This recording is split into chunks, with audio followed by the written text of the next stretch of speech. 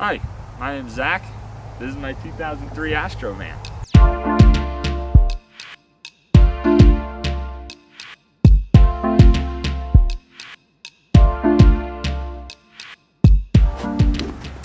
So this here's my van. I love her a lot. I lived in it for about a year, and it's just been a great little adventure mobile. So yeah, let's take a look around the outside. I'll show you how it all works. On the outside here, she's got about 7-inch lift on her. It's 7 in the back, 6 in the front. It's Journeys off-road lift. You get new shackles in the back, new torsion key up front. Crank those up. It's got 3-inch body pucks to space it out up here. And with that, I was able to fit these tires on. These are just shy of 32 inches, which is pretty big for the Astro. You know, you're really kind of maxing out the suspension, and it gets kind of weird in there. The geometry's not great. I have very little travel. It's a little redneck and kind of janky in there, but it's fun. It does the job. Up here, I've got this brush guard. This I think is fit for a GMC 1500. It ends up fitting pretty well on the Astro. It lines up with the headlights and stuff pretty good.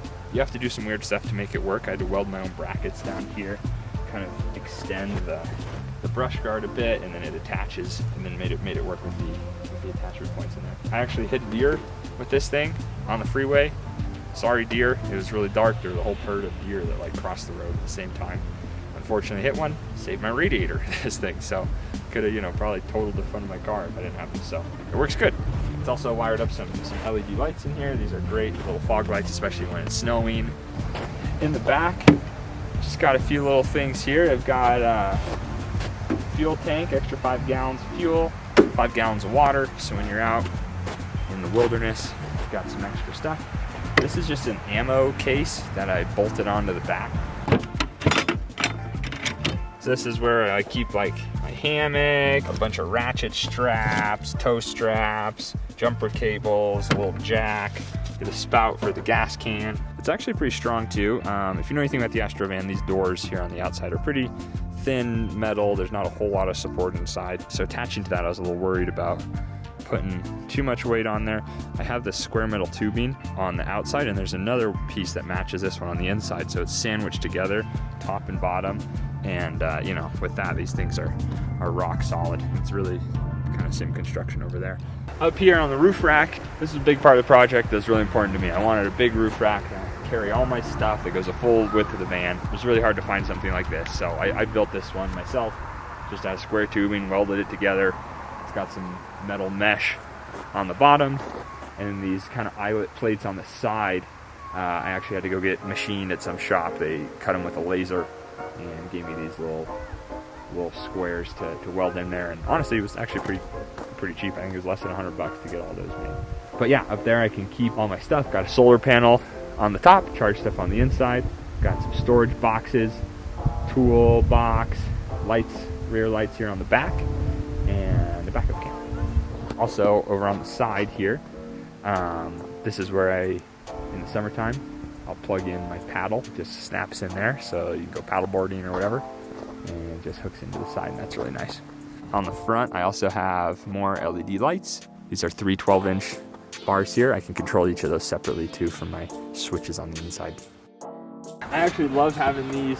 The Astro van's really small. I didn't want to crowd the whole inside with storage, but I still want to be able to store stuff. They're not like meant for this function. I think they're just like, heavy duty, like totes basically.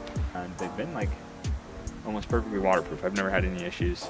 And they're just bungeed to the top here too. So if I want, I can take all this stuff off and I can still fit a full sheet of plywood up on the top.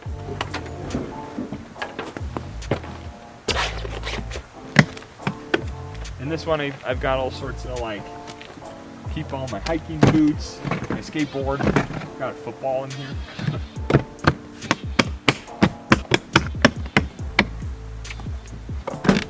Clothing and stuff in here, got a sweater, got some laundry detergent, extra stuff that you don't want to be having inside the van all the time. Back here, this is my toolbox. It's on a really easy, quick release strap. So if I need it, I just unbuckle. And I've got all my tools ready to roll, and latches up back in here again really easy. All right, so on the inside, I really wanted to have like a cockpit like feel up here in the van, so I get in and feel like I'm flying an airplane and flip all these switches and stuff. I thought that would be cool. And so I built this like center console out of wood, mounted it to the roof, and ran, you know, all my electrical stuff kind of comes through here, and this is my central area to control most of the stuff on the van. Some of it's probably unnecessary and nerdy, but I find I use most of these a lot, and it's nice to have, and it's kind of fun. So just to kind of show you what we got here. So these are control most of my lighting. I've got those 3 LED bars on the front, each have their own switch, so I can control left, center, and right. I have my fog lights here. This is my rear LED lights I control in the back. And this one is my secret party switch. You flip that and it puts power to a subwoofer that I put under the seat. And that way when you're really feeling a song, you flip that and it sends the boom. This is my main battery voltage right here, so you can keep an eye on that. I have temperature gauge. This is outside and inside temperature. And then this other one here is my auxiliary battery, and that one's going to be on all the time, where these other ones are ignition only. So this one I can keep an eye on while the car's off and see what my voltage is when I'm charging my phone or whatever. You can see they're different voltages. One, the auxiliary battery is charging off solar right now, and this one obviously charging off the car's alternator. It's the main car battery. If I want to connect them, I can. So there's this middle switch up here that controls an isolator that runs from the main car battery to the auxiliary battery, and if I want to I can switch that, and that will stop interrupting that isolator, basically give it and allow power to flow through there, so then the batteries can charge together. So these other switches, these ones on the side control the lights above each person's head. So there's one on the passenger, and then this one controls the one on the driver. This one just controls the gauges, so if I'm driving and these lights are annoying me, I can turn this off. And then this one which like I said is on all the time, I can control that too. So maybe you're camping in stealth mode. It's not a ton of light, but honestly you can see it if you get close and draws attention. If I want to turn that off, I hit that and kill it, and it's totally black in here. This is another feature I'm proud of here. This radio was tough to fit in the Astro van. I wanted it to be in a better place, and you can buy kits to get them in here, but they're always on the bottom. And this heating is supposed to be up top, and I just felt like it was too low and it looked kind of weird, so I had to flip those, and that was actually kind of hard. It took a lot of like grinding and finagling and messing with plastics, and that wasn't super fun. This allows me to control my backup camera, so I can turn that on and then it shows me what's behind me. You're supposed to wire that up to the reverse switch, but I didn't want to do that. I just put it on a button, which is really nice to have, because when I'm pulling a trailer and going down the freeway, I can just hit that and see if I still got all my stuff in there. I wanted to have most of my stuff live here. I wanted to be able to have drawers and a kitchen that pulls out of the back, because I want the whole inside space to be dedicated to as much bed as I can. I'm 6'3", and I just wanted to have a big, comfortable bed in there. I've tried a lot of different things. I've lived in other vans, a truck, and a fifth wheel before. This is by far my favorite build. It's worked the best for me. It's the simplest build. Here's how it works though. Got a little bit of shelving and storage right here. Gotta have something to read, toiletry items, belts, first aid kit, flashlight, paper towels and towels, and a little speaker for when you're cooking. This little pantry in here, food, spices, little canned goods and things. And then my drawers just pull out. Here's where I keep like all my clothes. Just fold it, roll it up, put it in the cubby.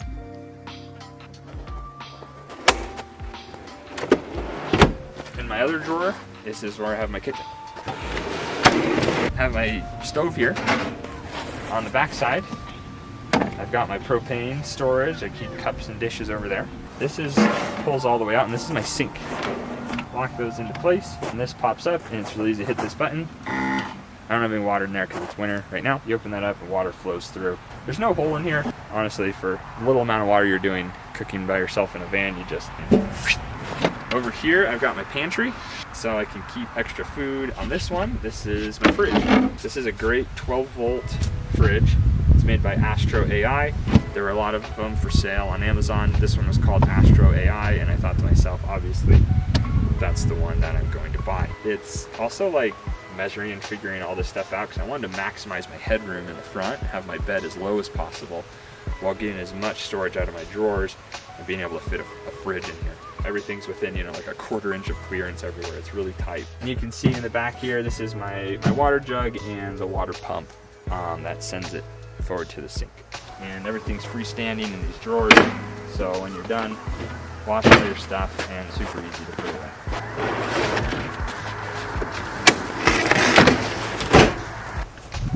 All right, inside my bedroom here, like I said, it's really just a bed. So this is actually, it's a king size mattress that I cut down. So king is 76 inches wide, 80 inches long.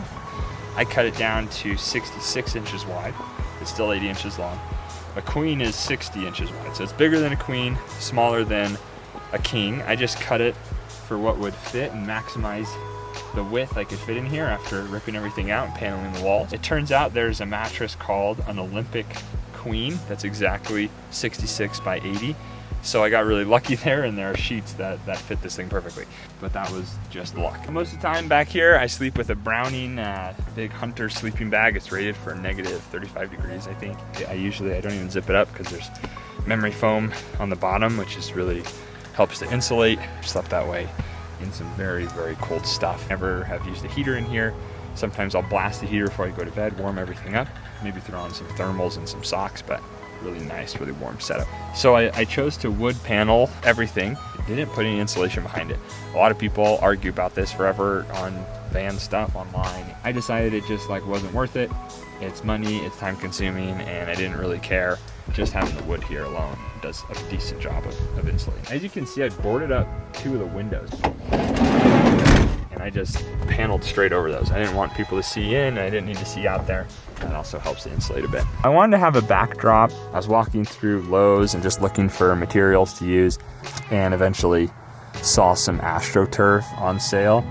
And that made sense to me. It was like, okay, obviously this is an Astro van. I think I'm gonna go with the AstroTurf.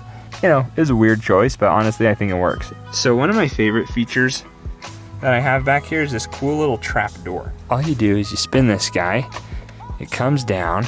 On the other side, I've got this cool little TV. This is actually like an external monitor for laptops. It's super thin, and I was able to attach it right there, and it just fits up perfectly between the paneling and the roof. All my wires for this run down the side and into a little cubby here where I can charge my phone, and I can watch movies or whatever I got on my phone. Just projects it to the screen. These switches control all the electrical back here. Lights, 2 options for lighting, one's in the front and the one's in the back. And then this third switch, there's an inverter stashed, and I can flip this switch, it turns on that inverter, and I can have real power. That's a little vent right there that pops up, and it just pops up right underneath my roof rack, and it has a fan that I can turn on and ventilates the inside. Another thing I really wanted with this bed setup was the ability to have storage underneath. So when I go snowboarding, I can throw things under the bed, and also still wanted to have use of this center area that's so big and nice and vans. So what I did is I built the front part of this bed on these slats. You can basically slide these into the back, fold this up, and then you get this whole space back. Just like that, my bed's gone, and I've got all this space back. This is my kind of utility box. Here, if you can see it, I've got my auxiliary battery. There's my inverter over there. That's the interrupter I talked about that works on that switch. That'll charge my battery off the alternator. And here's my charge controller for solar. I've been able to fit 4 people in here. It's not like super legal to drive people laying down in your bed in the back, I don't think. So if you don't like people riding in the bed, you can just set up this camp chair here. People sit down and ride in it that way. That's even less safe, but I've done that before. So yeah, I think that's pretty much it. Honestly, I love the Astro van. I'll make another video after this one that goes through kind of the build cost and process. So if you have any questions on that, feel free to throw them in the comments. I'll read all those and try and address them. That's it. Thanks for watching.